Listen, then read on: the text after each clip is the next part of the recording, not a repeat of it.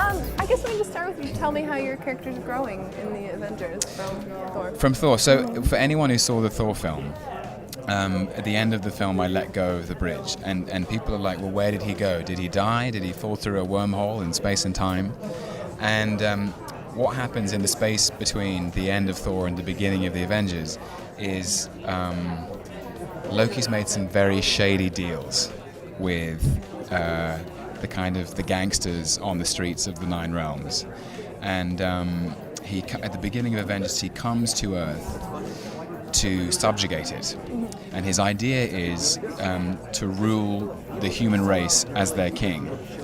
And like all the delusional autocrats of human history, he thinks this is a great idea, because if everyone's so busy worshipping him, there will be no war. So he will create some kind of world peace by ruling them as a tyrant.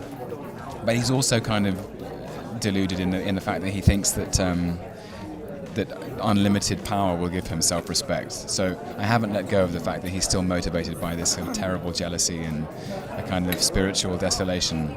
Who did you kind of relate your character to from real life, or how did you find inspiration? I think I don't know, I guess there are just a lot of people in the world who feel that they don't belong anywhere. And what happens after that is you don't have to manage that feeling.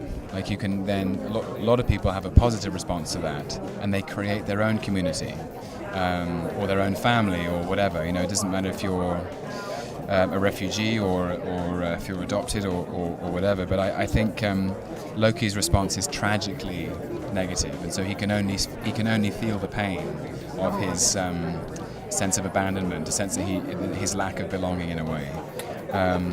I'd like to think that somewhere down the line there's some redemption for him, in a way. Like somebody will say, you know what, Loki, you're all right, you know.